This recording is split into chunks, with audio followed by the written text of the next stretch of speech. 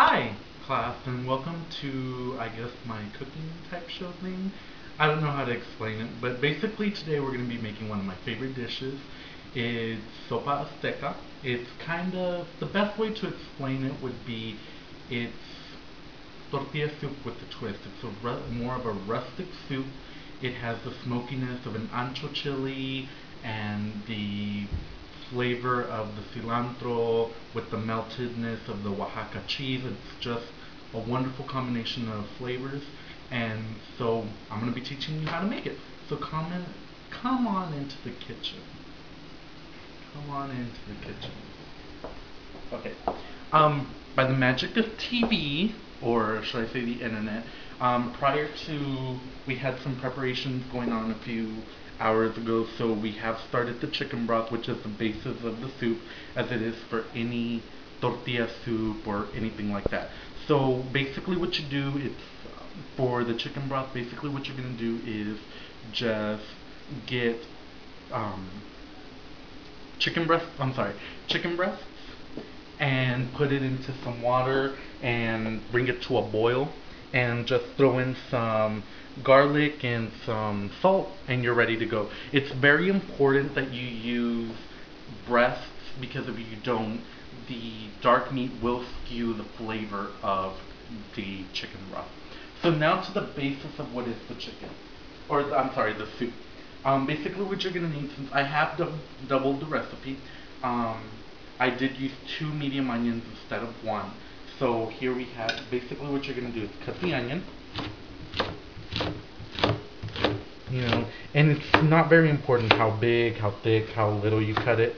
Rick Bayless, this is, I did get the inspiration from his recipe for Sopa Azteca, calls that you cut it into a 1/4 inch cube, but I've been notorious for changing the recipes around, so I don't follow the directions, basically what I am trying to do. So now that we have that, what we're going to do is get the ancho chili and just smoke them a little bit. So it's just be generous as far as the sizes, just medium to large is good. So what we're going to do is bring them to the heat and blister them just a little bit until the aroma fills the kitchen. Don't want to catch them on fire either.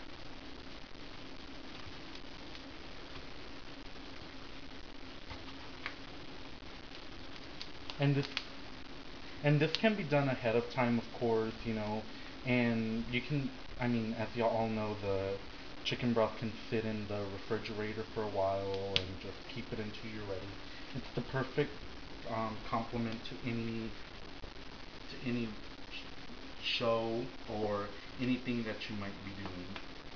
You just get them a little bit blistered, and you'll start smelling it. You'll start hearing the crackle in the background and all that good stuff.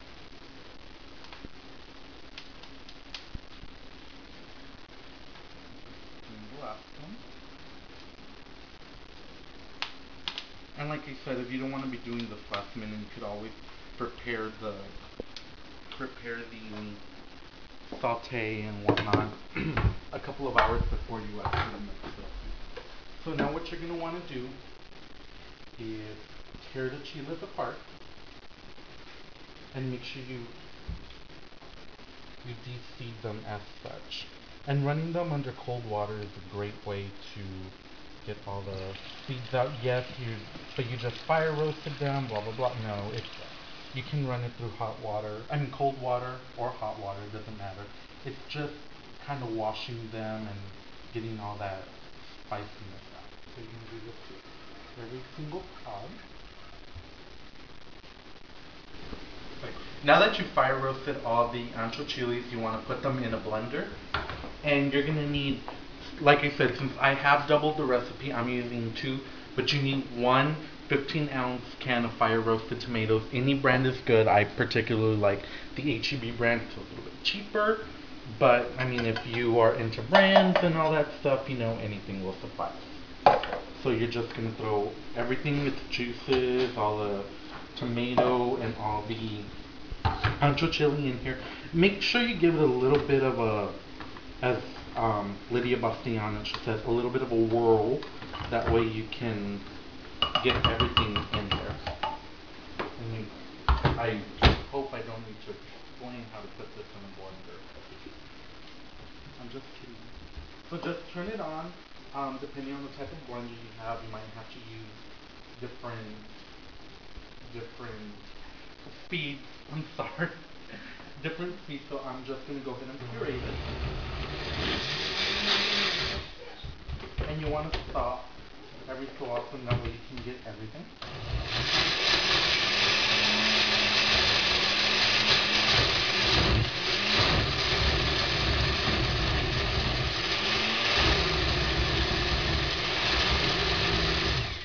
Make sure you give that a good whirl there. And you don't have to worry too much about this because we're going to be coming back and blending it. Now, as you remember, we did have onions. So we're going to get all the onions and three garlics. Actually, I'm going to use 6. So it's a double. We're going to go ahead and throw them in. Now this pan has been preheating with 4 tablespoons of vegetable oil, olive oil. It all works the same. So we're going to go ahead and throw it in.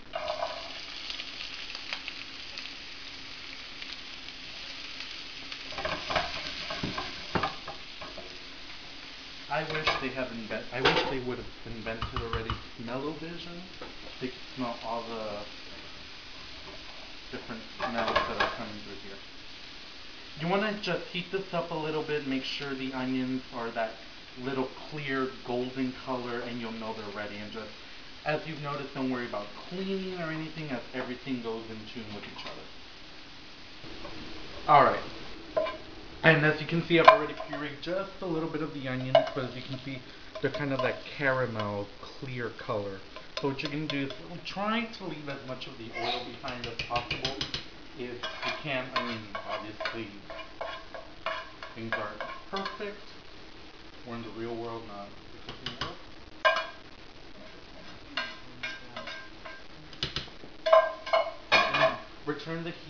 And return the pan to the heat, I'm sorry.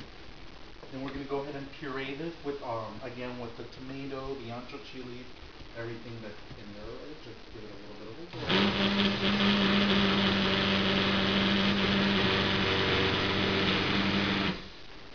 I want to push them towards the bottom to make sure it gets everything.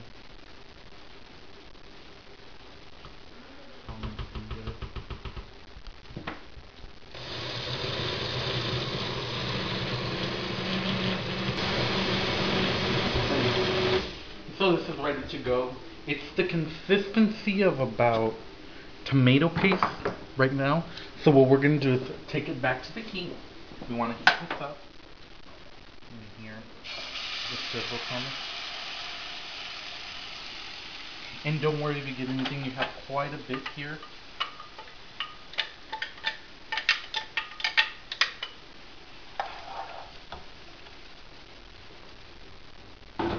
Now this is very hot, so just, be careful not to splash yourself or anything. It is extremely hot. So what you're going to want to do is continue bringing the heat to a medium-high heat. And let this sit for about 6 minutes. Just bring it to the consistency of more of a tomatoey paste than anything. And again, you're just going to continue stirring this and stirring this and stirring this. Alright, so it's been simmering about 6 minutes, and we have our chicken broth over here. You want to bring that to a medium heat. And what we're going to do is bring this paste, and again, divide it between the two. So we're just going to go ahead and drop half of that in there.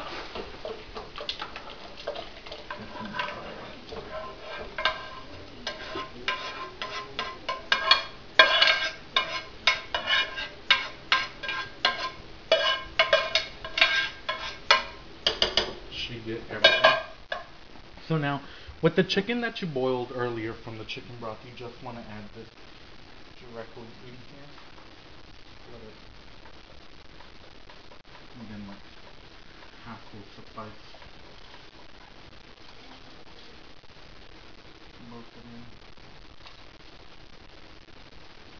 of them. And the way you cook the chicken, it doesn't really matter. Again, you're going to be eating it and do the same purposes. Now you want to go ahead and add cilantro to taste. I just very generous when it comes to cilantro.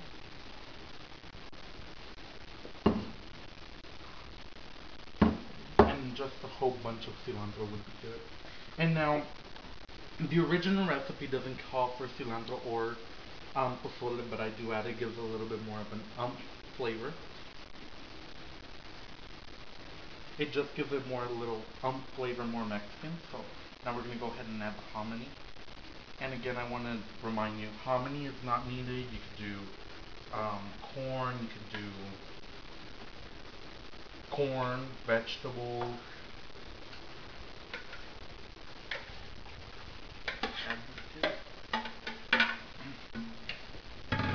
And now you're going to go ahead and let all this simmer for about 15 minutes, and then it'll be ready to serve. Alright. Well, now it's been simmering for about 15 minutes. You can see it has changed color. We've been able to cook the hominy, and everything's all nice and warmed up and ready to serve. So, how do you serve this? Basically, just take a little bit of the Oaxaca cheese or any type of melting cheese. I prefer Oaxaca. And put it at the bottom of the bowl. And with the heat of the soup that's coming out, it'll melt it. Go ahead and serve it.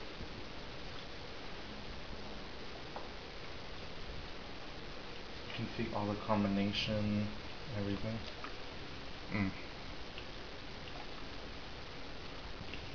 Alright. And if you want to have a few more toppings, a little bit more cheese, you can do so. That's some flavor. And just add the cilantro for garnish. And then you can always top it off with just, of course, Mexican avocado. Never go wrong. Cut it.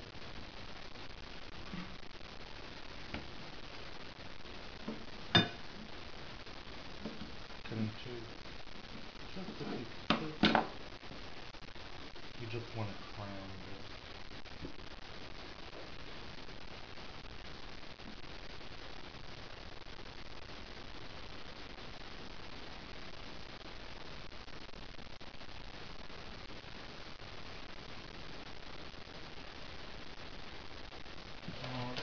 And to top it off, just every tortilla soup. A little bit of tortilla strip. And there you are. Sopa Azteca. I hope you've enjoyed this video, and I hope you really try this recipe at home. It's quite delicious. If you want to find the original recipe on how to make the original soup, go to rickbayless.com and search under soup and it's under Sopa Azteca. If you want to learn how to make it my way, go ahead and just inbox me and I'll send you the recipe. Thank you very much.